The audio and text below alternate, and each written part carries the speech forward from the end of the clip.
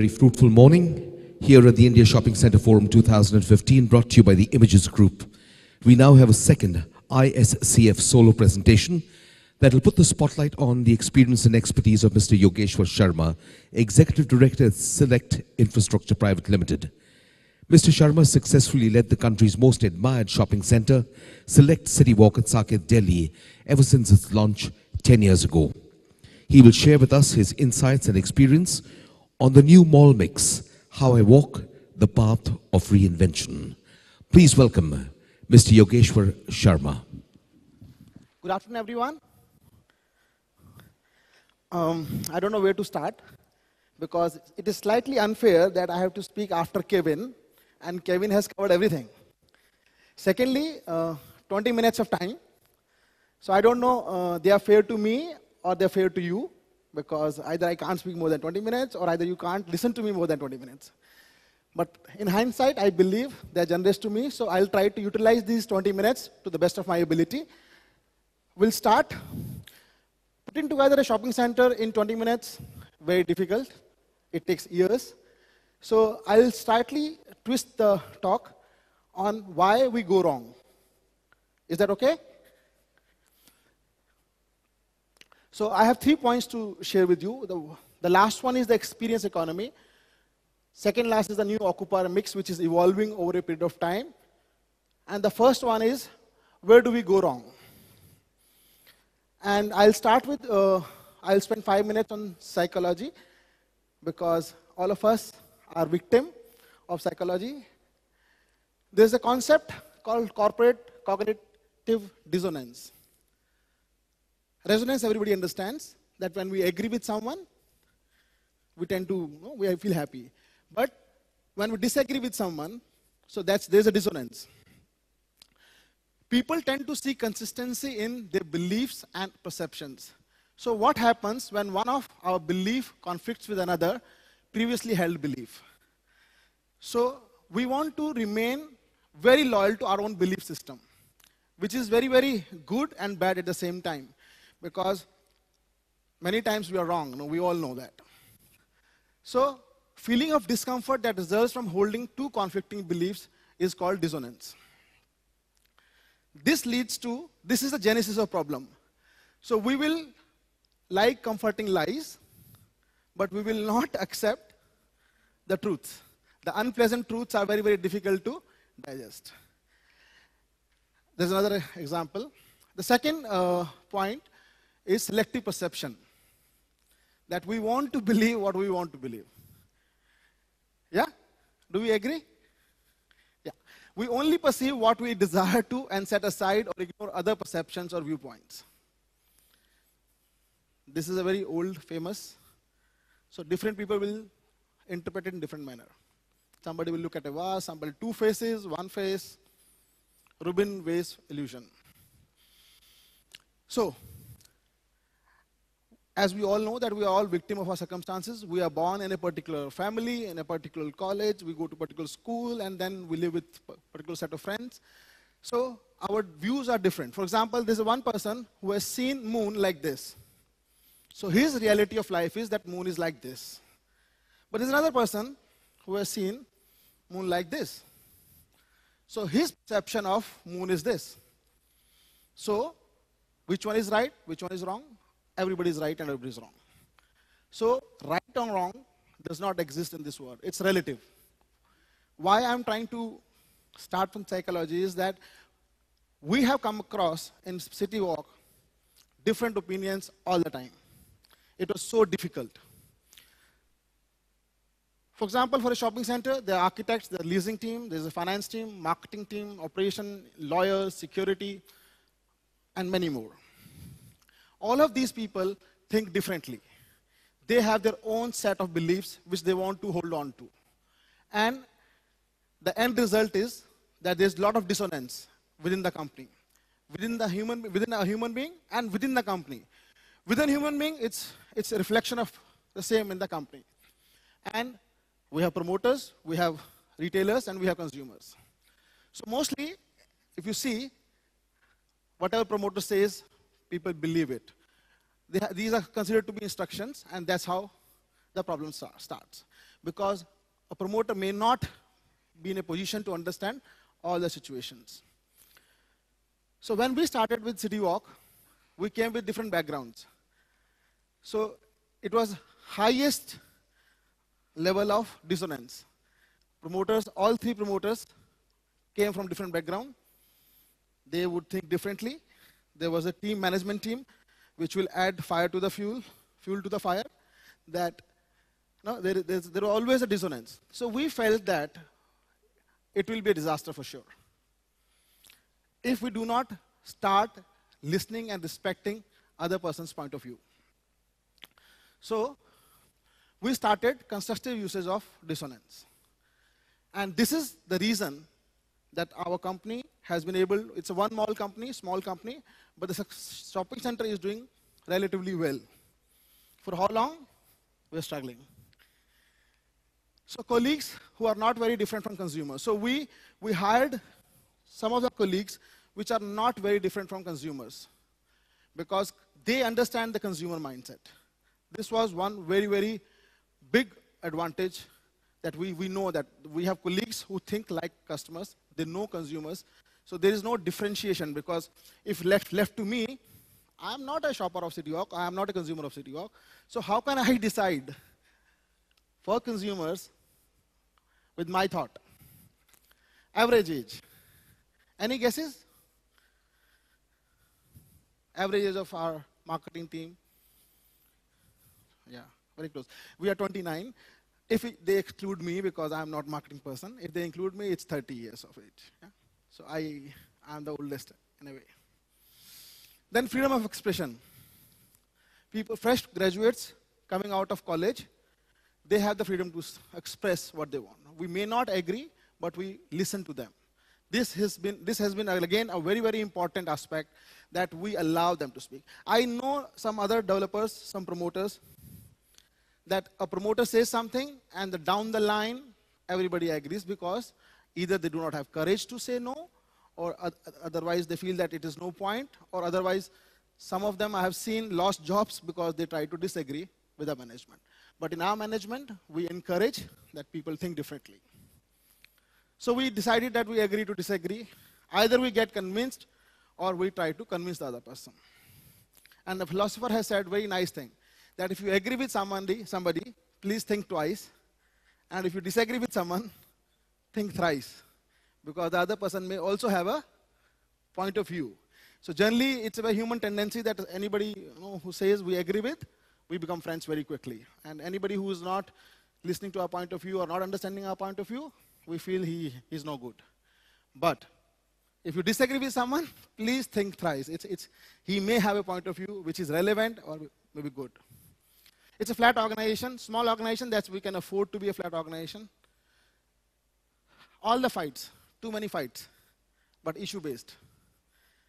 It is linked to an issue, that if an issue is resolved, we move on. We do not disrespect or we do not carry grudges that if a person has said something, now, next time I will prove a point. So we are not trying to prove a point there. We are trying to come out of a good solution. And once a decision is made, then nobody is allowed to say, "Dekha, mujhe to pata tha, aise hi hoga." It's very normal. No? Once a thing has happened in a wrong way, success has many fathers, and nobody has come on this stage to tell me that I have made a failure mall. No? And we can learn more from failures, believe me. Success happens, and people who are behind the success are generally working behind the scene. So we have to learn from our mistakes. And if we believe in our point of view, if, for example, I strongly feel that this category or this point of mine is right, then we are relentless.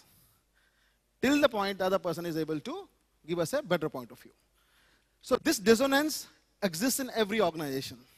It exists within human beings. It exists within a family. When you want to go out for a dinner, I don't know how many people in the family agree to the same cuisine. We fight. That's why the food courts become healthy. We go to food courts because everybody can eat whatever they want. So, and connecting the dots. That there are so many people who are looking for a platform. For example, we do a lot of events. It's a necessity for us because we feel that every time a customer comes, we should be able to surpass his expectations. So there's so many people like a graffiti wall or an artist or a musician. There's so many people looking for a platform to perform. We provide that platform to them, and it's a win-win situation for everybody. The mall pays less money out of the marketing budget because these are upcoming stars, and they really don't need money. They really need the platform to perform. Consumer is happy because he's looking at something new. So the short point is, Dissonance is good. Because if Dissonance is not there, that means there is a problem. That means that it's an owner-driven company, owner is not listening to anybody, and things will go wrong. This is the first point I wanted to make. Second point is the new occupier mix. So from last 10 years, I mean, we started leasing in 2005 and 6, and now it's 15. So 10 years, the tenant mix has evolved quite a bit for two reasons. One, that we had short leases, so we had the ability to change the occupier. Number two, the number of brands which are coming to the country are increasing. So we have been. So what we do at the end of the month, we are able to estimate this. I mean, we make these sheets, Excel sheets, and we see the graph that, for example, the non-performers or the slow performers, we talk to them. Either there has to be a reason why they are not performing. Either the stock levels are not good, or we give them chance in case they are unable to perform. Then we try to request them to clear the space by buying out the lease, the balance lease, or by paying for their depreciated cost of fit-outs, because he can stay there. From his point of view, it may be the best performing store. But from the mall's perspective, in comparison to the other stores, he is not best performing. So we try to politely put pressure, and all of us are developers, so they understand what we mean. Politely putting pressure that please perform or move on. So this is one slide where, for example, Arcelia was a product created by Rahejas, and it was lovely format, but it did not do well initially because it was ahead of time. So there was an opportunity to replace it with Zara. Wilk's Lifestyle was occupying a bigger space.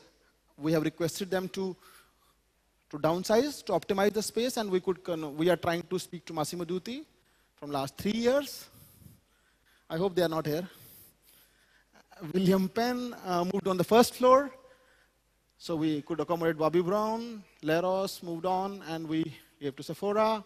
Pantaloons has been relocated to another location with a slightly smaller size, and they're very happy with that decision because the throughput is much better now.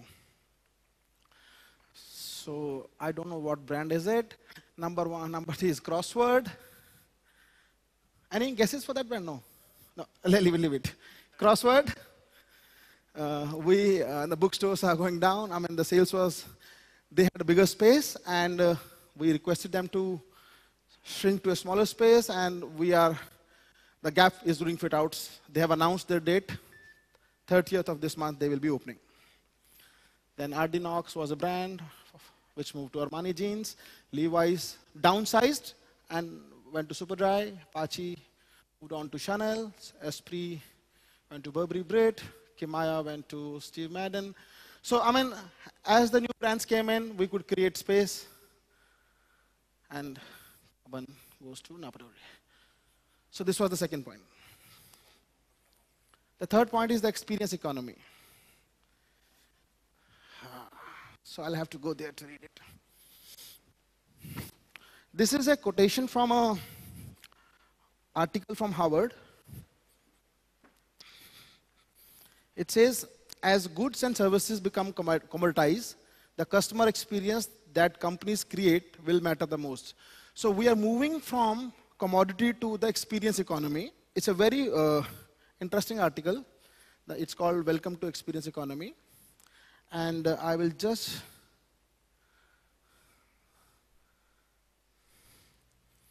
this is the article.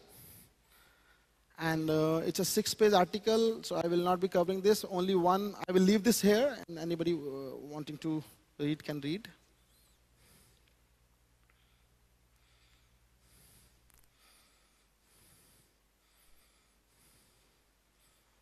Yeah. So this is the graph. I mean, it's from the same, from commodities to goods to services, and now we have to stage experiences. Experiences have to be very, very quick, very good, every visit has to be memorable. Whenever a consumer plans a visit to a mall, there is an expectation. You have to meet that expectation for sure. Try and beat that expectation with the positive side. And within our management, we felt that instead of being 100% on one thing and slow on one, it's better to be one step ahead in all the touch points. For example, your shopping center is good, but exit from the parking is very bad. It is very irrelevant from our point of view. It's so many good shops, everything is good, so parking. But that one irritant, the customer will remember for the rest of his life and may not be, this will be influencing his decision to come back. So instead of having 100% on one thing, try to be better on 10% on everything. So this is the last slide I have.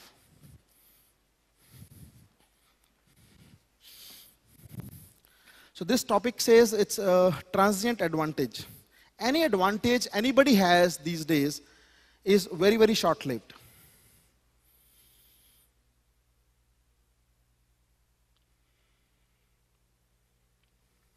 So this also I will leave here. I will use one line from here. Just to explain. Now, 10 years back, 20 years back, the dominant idea in the field of strategy that success consists of establishing a unique competitive position sustained for long periods of time is no longer relevant. So if you have an advantage over somebody for some time, it is very, very limited. So you cannot hold on to that advantage for long. Earlier, somebody did something, it remained for a very long period of time. But now, it is so short-lived. A new brand comes, it is an advantage. But within a month or 2 months or 5 months, 6 months, that brand is available everywhere. So you have to create another advantage. So the topic says it's every advantage you have today in life is very, very transitory in nature. So please don't hold on to that laurel that we are like this. It will pass very, very quickly before you know it. So what is relevant then? Instead, learning to launch new strategic initiatives again and again on weekly basis in whatever form possible and creating a portfolio of advantages that can be built quickly and abundant just as rapidly. So if something is very nice for some period, you don't have to continue with that because consumers are moving very quickly, so they will graduate very quickly. So there is a graph in here which explains this point very quickly. This one. It says, launch, ramp up, exploit, reconfigure, try to make it better, do something, but if nothing is happening, then disengage quickly. Because you cannot hold on to that advantage for long, you will be incurring cost, and it is not helping a consumer make a decision.